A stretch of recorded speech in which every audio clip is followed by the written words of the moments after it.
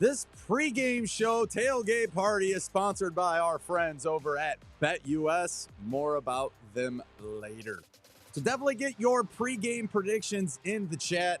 Let us know where you'll be watching from, and hopefully you guys will join us for the watch party as well between the Jacksonville Jaguars 2-win team versus the 3-win team Tennessee Titans in Nissan Stadium.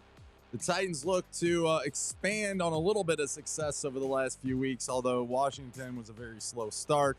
So hopefully the offense and the defense and the special teams can work together and get this thing going. But long story short, the Tennessee Titans, there's a lot of guys that are inactive today. I don't know if you know how bad this is, but yeah, it's against the Jaguars, so maybe it's not that big of a deal. But inside linebacker, definitely going to be a big deal. And we'll get into punt returner in a little bit. But right now we got Jerome Baker and Kenneth Murray Jr., even though despite he said he was going to play, he's not. Those two inside linebackers who are starters are officially out.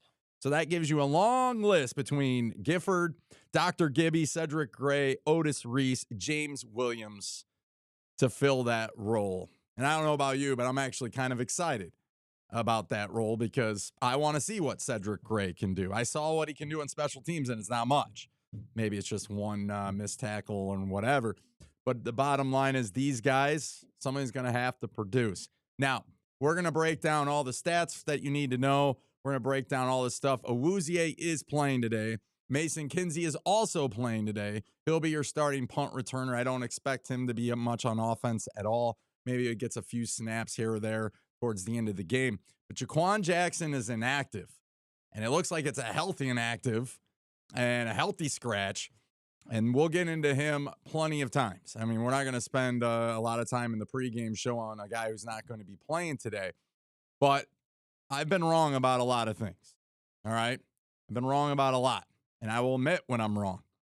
But I also love to come on here and admit when I'm right. And right now, I've been dead right on Jaquan Jackson. And that goes way back to the preseason, way back to training camp, when a lot of people were just ranting and raving about this guy, even back to when he was drafted. I said, whoa, we need to put on some brakes now. What were his two biggest issues in college at Tulane besides playing 5 years? All right. Number one, drops. Number two, injuries. So he's been healthy. Give him that. But the drops now are continuing to go. I believe that's 5 drops now on the season. I think it's 3 in the last 3 games. 2 of them resulted in turnovers. Again, let me know in the chat who you think's going to win this game, because I don't think it really matters. But if you're looking at draft, if you're looking at Will Levis, those are some things that this game is a big deal. Now, the title of the show is No Excuses, because I'm sick and tired of the excuses when it comes to quarterback. A lot of people pushing a lot of narratives when it comes to Will Levis out there. And again, I don't have the answers. I'm not saying he needs to be the starter in 2025. I'm not saying they don't need to draft a quarterback. I think it depends on where they fall and which guys they're in love with. There's an interesting dilemma coming out of Minnesota with Sam Darnold, who has not signed an extension. That's something to keep an eye on, because people forget way back to the Colts week 6, had a sideline report from a reporter that came out and said the 2 quarterbacks he had faith in that Will Levis could eventually turn into were Sam Darnold. It was one of them, right? So when you put that into context, I think Rand kind of likes Sam Darnold. So if he's available, wouldn't be a shocker if Mason Rudolph goes down the road and they bring in Darnold to compete with Will Levis. So we'll keep an eye on that. But those are your inactives. The biggest one that's not inactive, obviously, is Awuzie. So again, in the poll question, I did ask you guys, and it's a very important poll question. I want to know your response. Do you agree with the benching of Jackson as punt return? I get it. You want to talk about Mason Kinsey being the guy and whatever. If I know this team, they'll send no matter what Mason does today, unless he has like an 80-yard touchdown return.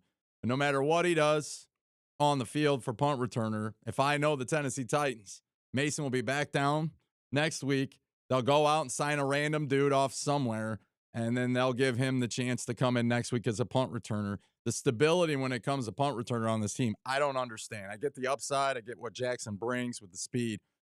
But again, even if you go back to his college stats, he had a 90-yard return against Memphis, and I think he averaged like 6 yards a punt return from that point on, even counting the 90-yard return. So that tells me that was a one-time thing that year, and he didn't have any other long returns.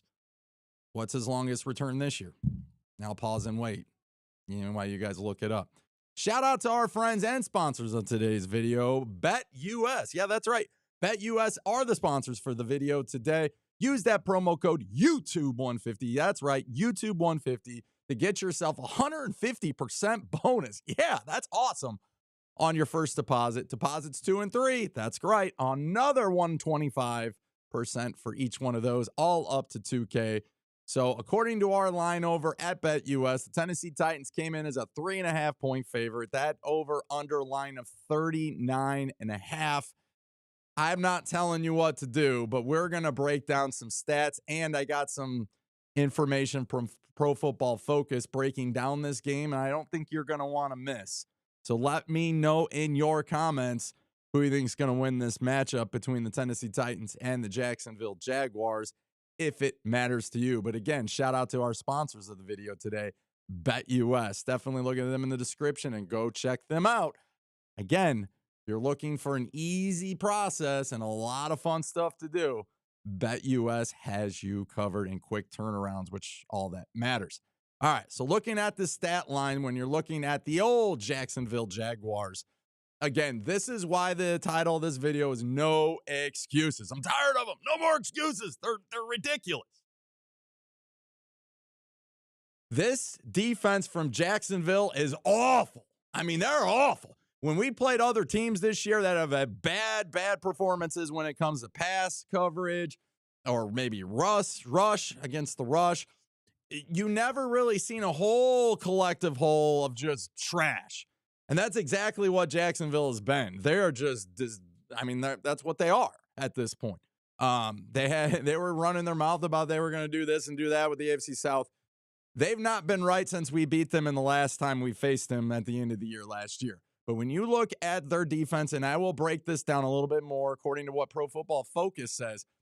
I mean, look at this. Total defense, 32nd in the league. Scoring defense, 29th. Red zone defense, 26th. Third down percentage, 27th. Scoring, 29th.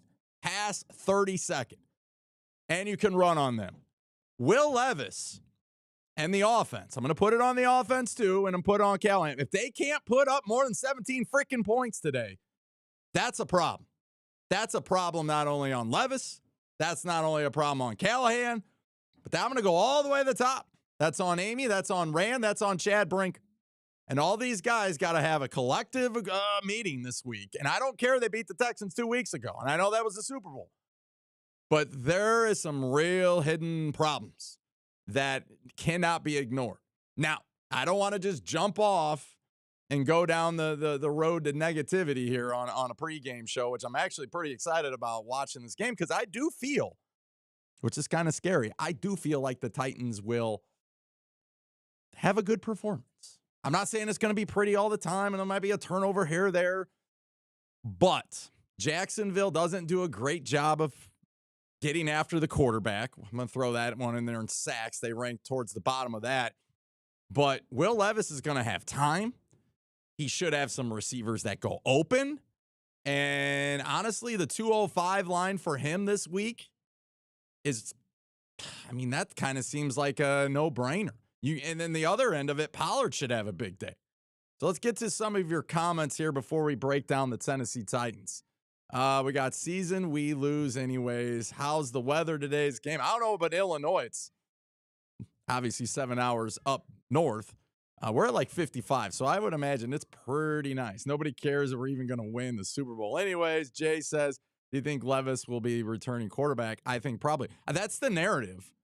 I have a little bit of an issue. I saw and shout out to him. He's doing great on Survivor, and I haven't really kept up with that.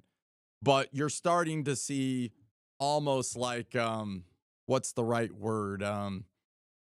Sam Phelan's I think he posted something on X where he took a picture of him and Levis together. They're both smiling or whatever. And like the caption is two people who are forgotten about or whatever. And it's just like, real, like those guys might be friends.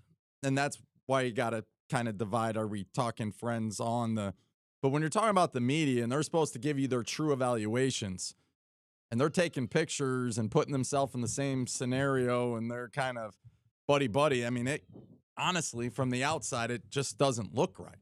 I don't know how you guys feel about that. Maybe you don't. Buck Rising came out recently. Of course, he also works with A to Z, also supporting the quarterback. You're seeing way more support in the media when it comes to the quarterback. As far as will he be here, will he not? Well, he'll be here next year. I just don't know if, like Sam Darnold, no, let's not discount that. Now, many people will, but Sam Darnold becomes available. I would fully suspect that the quarterback is not there in the draft that the Titans want. They are going to make a play for Sam Darnold. And I don't know if that's great or that's not great, but that's probably at least the right thing to do. Is if you are going to bring back Levis, and they'll bring him back. I don't know if he'll be your starter, but you have somebody up against him that can compete. And no offense to Mason Rudolph. I mean, let's just be honest. I gave him a fighter's chance. I think Pittsburgh gave him a fighter's chance. Pittsburgh fans, they were really hopeful it was going to work out here. I tried to do everything I could. I heard some inside information coming out that Rudolph looked really good and stuff like that. But push come to shove, he did not produce on the field, and that's where it matters the most. And I saw a lot of similar mistakes that Levis was making. Not as many sacks, but some of the stupid plays. You need to upgrade at that position if you're keeping Levis. Now, if you're going to draft a quarterback, then, I mean, it's kind of up in the air at that point. Upload, I asked if Levis would be only returner. If Levis would be the only returner. Chef says, Darnold's too expensive. Just sign Mac Jones or Daniel Jones as a backup. And B says, hey, Upload, the way I see it, win or lose today, we win. Jay says, all we can do is hope the Titans don't play it like it is the toilet bowl. For sure. And aloha from Hawaii, says Mr. Walk. Shout out to you. So, again, breaking down the Jaguars, it's not fun to break down a team that's terrible. They don't have, obviously, Trevor Lawrence. But I wanted to go a little bit deeper for you, okay? So when I actually pull up Pro Football Focus's prediction today, 3.5, 39.5, which you already gave you from BetUS, basically, this is what they say, right? The Jacksonville Jaguars against the Tennessee Titans is going to be a very interesting spot for Will Levis. Levis has the fourth highest Pro Football Focus grade over the last, basically, the fourth highest Pro Football Focus passer grade of the season, have all come in the last 4 weeks. Jacksonville has also allowed 8.4 yards per pass attempt, which is the worst in the NFL. Levis's opening line, we already talked about, that's 205 at the moment. So when you're putting that into context, yes, the Pro Football Focus saying, hey, Will Levis has looked pretty good over the last 4 weeks as a collective whole. And I think majority of you would say, yeah, he's been a lot better. But my question to you is it good enough for a franchise quarterback? Because wasn't this supposed to be the season to figure that out? Again, he's 3-13 as a starter. Mettenberger was 0-10. Mettenberger was sacked 35 times. Will Levis is at 61 right now. So we can get into touchdowns and interceptions. Obviously, Levis is doing better there. One of the biggest issues in Levis's game is the way he takes sacks, they say. But Jacksonville on the other end can't sack the quarterback. So that should be null and void. Jaguars, 9% quick pressure rate is the lowest in the NFL since week 8. Jacksonville's offense is not one to be equipped with Mac Jones. They are averaging a negative EPA score and only 4.2 yards per play with Jones on the field. Both would be worst in the NFL for a full season. So the point of the story is, going through all of this information from Pro Football Focus and looking more and more at different stats, is that the Tennessee Titans, if they do not produce on offense, there is no excuses. There is none. And that is going to be a major issue. Now, you could say, oh, well, there's injuries. But yeah, it's majority of them is on the defensive side of the ball. When you look at how this is what scares me with Levis, and it's totally makes me upset with the local media because they totally gloss over it. Those statistical stats I'm not putting it all on. That was Buck Rising. Oh, we can't put it all on Levis. Burrow's 4-8. Yeah. Yeah, but Burrow has not a great defense. And we had a great defense to supposedly start the year. And we're still losing games, right? You put up receivers and you said, hey, look, this is the best receiving core the Titans have had in a long time. If he doesn't produce, I mean, there's no excuses. But now we're making excuses again. Here we go down the line. Just pushing the can down the field. These stats, where they rank, are getting worse. The rush is worse. We went from 12th to 20th in one stinking game, right? Pass is getting worse. Even though he's putting up better numbers, we go from 28 or 29 down to 30th, right? Scoring offense has been terrible. Third down has went down again or up or however they want to go with that. Now it's at 28. Red zone offense has not got any better. Total offense, 29th, getting worse. Defensive side of the ball, yeah, red zone defense is a concern. Scoring defense is a concern, partly because of the offense, right? Defense was terrible last week. And then there you go with your rush defense, which just keeps getting worse and worse, which is definitely scary. It was top 10 at one point. Now we're 16th in the league, but still holding pat with total yards, second behind Philadelphia. So again, what does it all mean? All this means is that there's no excuses. That's what it means. I expect big things today from the offense, and they better be able to put up points against the team who doesn't get after the quarterback, ranks almost dead last in every scenario there with pressure rate, as Pro Football Focus said, and sacks themselves. They don't do well against the run. They definitely are terrible against the pass. There is freaking no excuses for Will Levis in the offense. And again, it's not just on Levis. It's on everybody on that offense. It's on the coach, right? It's on the offensive coordinator, which I don't know what he does. It's on the upper management. It's on the owner. It's on everybody. And that should be your big concern from this game. So if it goes great, perfect. It's expected to go that way. It should go that way. If it goes off the rails and it's a train wreck, I'm sure we'll make more excuses for it, right? Season didn't matter anyways, upload. You should be happy about a draft pick. I don't think we should be viewing it that way because the future is about to be on us. What are we, 5 games left of the season? Yeah, the future is going to be starting real quick. So shout out to our buddies over at BetUS for powering this video. Shout out to you for watching it. Titan Cell says Levis takes the Titans to the playoffs next season, and he might give him a contract. Vrab's defense was always good in the red zone, and Fade says the line was horrible starting the season. Line was supposed to be better, right? Left side was supposed to be fixed. Center was fixed. Radens wasn't awful. And yeah, that right tackle's been a concern. So I know my Mr. Producer gets on me sometimes that the Titans wouldn't take a right tackle in the first round next year. But I'm not so quite sure that's not a bad idea, especially if you're not zoned into, you don't have a top pick as far as like a top 5 pick and you're kind of floating out there. Maybe you just fix that offensive line now.